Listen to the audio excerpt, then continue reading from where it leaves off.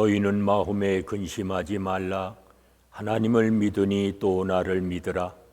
하나님은 영이시니 예배하는 자가 신령과 진리로 예배할지니라. 아멘. 찬송가 138장 부르십니다.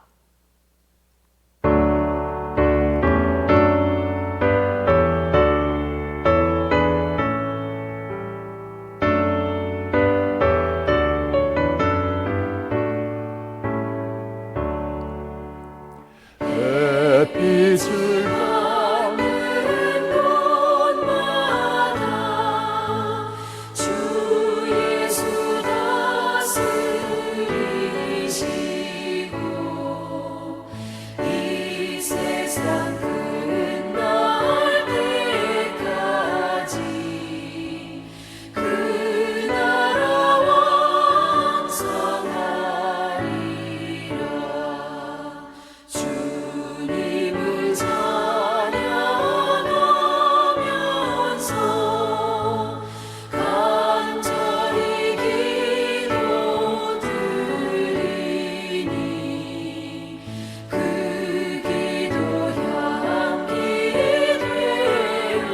되어서 주 앞에 상달하도다.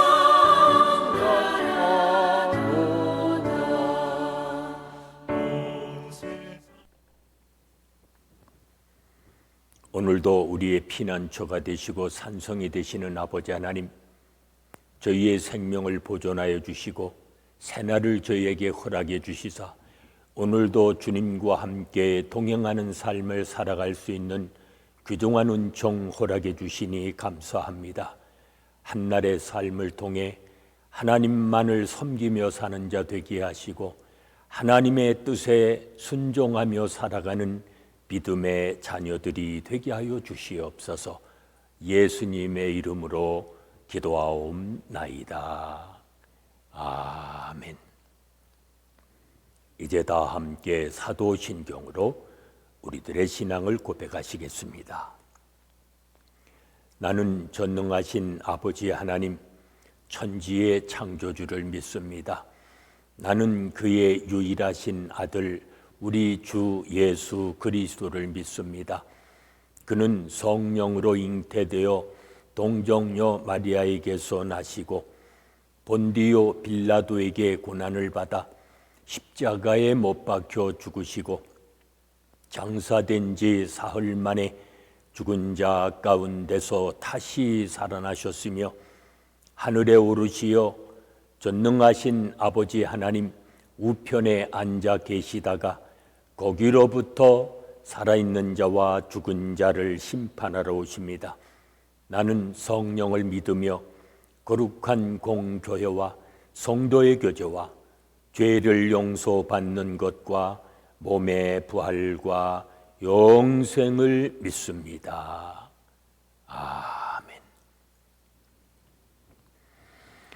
오늘 아침 우리에게 주시는 하나님의 말씀은 마가복음 10장 1절로 16절의 말씀입니다.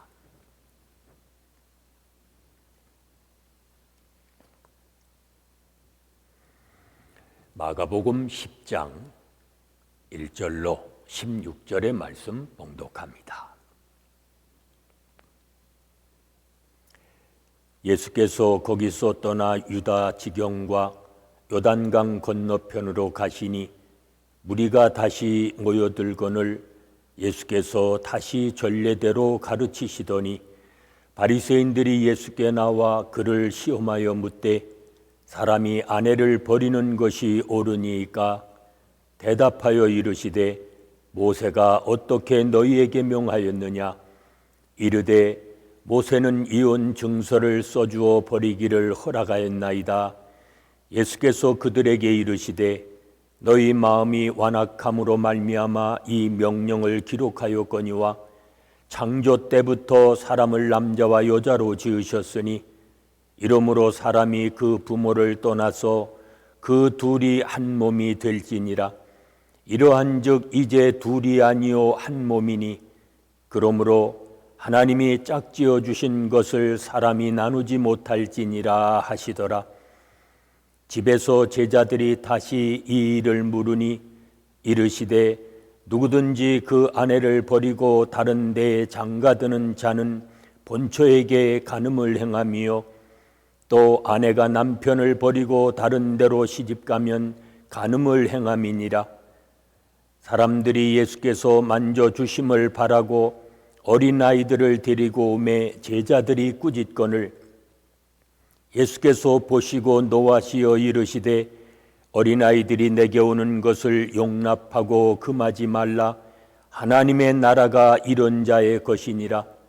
내가 진실로 너희에게 이르노니 누구든지 하나님의 나라를 어린아이와 같이 받들지 않는 자는 결단코 그곳에 들어가지 못하리라 하시고 그 어린아이들을 안고 그들 위에 안수하시고 축복하시니라.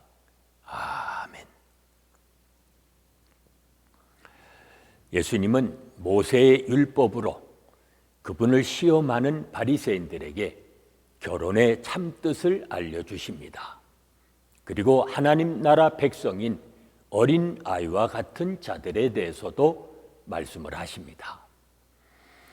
예수님을 시험할 목적으로 결혼 문제를 질문하는 바리새인들에게 예수님은 하나님이 주신 결혼 제도의 참된 의미를 알려주십니다. 율법의 정신을 재해석하신 것입니다. 바리새인들은 율법에 따라 가정 문제를 다뤄야 한다고 가르쳤고 당시 유대 사회에서는 사람의 완악함 때문에 허용된 결혼 규정이 다시 사람의 완악함 때문에 악용되고 있었습니다. 모세의 때에 가정이 파괴될 때에 증서를 써 내보내는 것이 버림받은 여인들을 보호하기 위한 조처였다면 예수님이 결혼의 본 뜻을 강조하시는 것은 다른 뜻이 있었습니다. 결혼 규정을 이용하여 아내를 버리는 남편들의 악행을 막기 위한 조처였습니다. 하나님은 규범 준수를 넘어서 그 규범이 지향하는 본래 정신을 구현할 것을 촉구하십니다. 예수님은 완악한 동기에서 결혼 생활을 파괴하는 것을 엄격하게 규정하십니다. 물론 어쩔 수 없이 가정이 파괴되는 경우가 있을 수 있습니다. 그러나 자기 욕심 때문에 가정을 파괴하는 것은 하나님 보시기에 악한 일입니다. 그것은 그들을 짝지어 주신 하나님을 기만하는 행위입니다.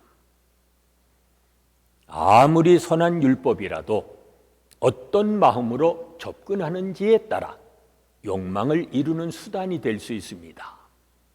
유익한 지식도 타인을 공격하는 무기가 될 수 있습니다. 그리고 소통을 위한 질문과 대화도 상대를 넘어뜨리는 덫이 될 수가 있습니다. 중요한 것은 언제나 우리 마음의 자세입니다. 우리는 어떤 의도로 신앙의 규범을 지키고 있습니까?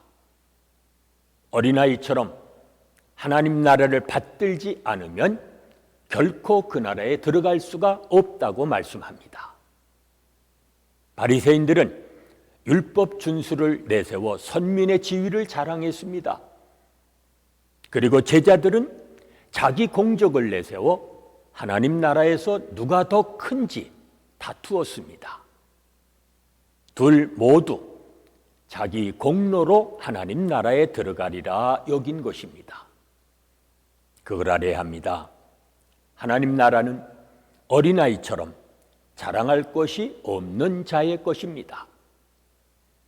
세상은 자신을 드러내야만 대접을 받을 수 있지만 하나님 나라는 어린아이처럼 낮아져야 들어갈 수 있습니다. 우리의 공동체는 작고 힘없는 자들이 주인이 되는 곳입니까? 아니면 세상의 유력한 자들이 대접을 받는 곳입니까? 오늘도 어린아이처럼 순전한 마음으로 살아가시는 복이 있는 삶이 되시기를 바랍니다. 은혜로우신 아버지 하나님, 저희를 구원하여 천국 백성 되게 하시고 오늘도 하나님의 자녀로 하나님을 아버지라 부르며 기도하며 살게 하신 것 감사합니다. 한날의 삶을 통해 하나님의 자녀답게 사는 자 되게 하시고 하늘의 상급을 쌓으며 살아가는 믿음의 자녀들이 되게 하여 주시옵소서. 예수님의 이름으로 기도하옵나이다. 아멘. 찬송가 565장 부르십니다.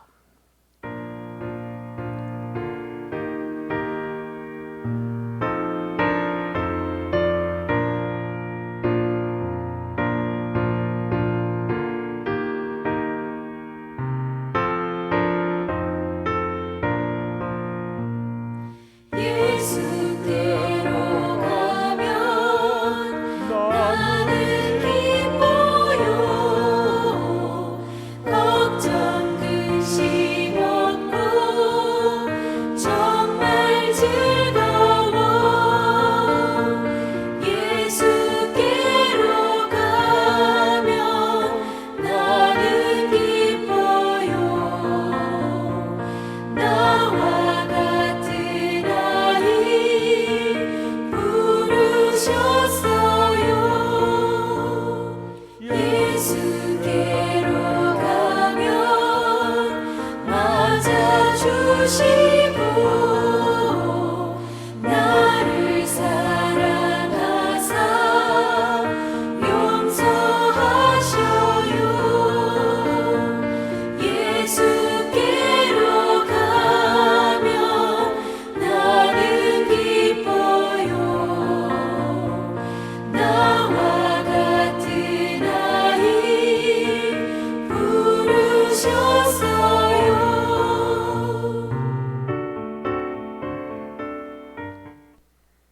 이제 합심해서 중보기도 하십니다.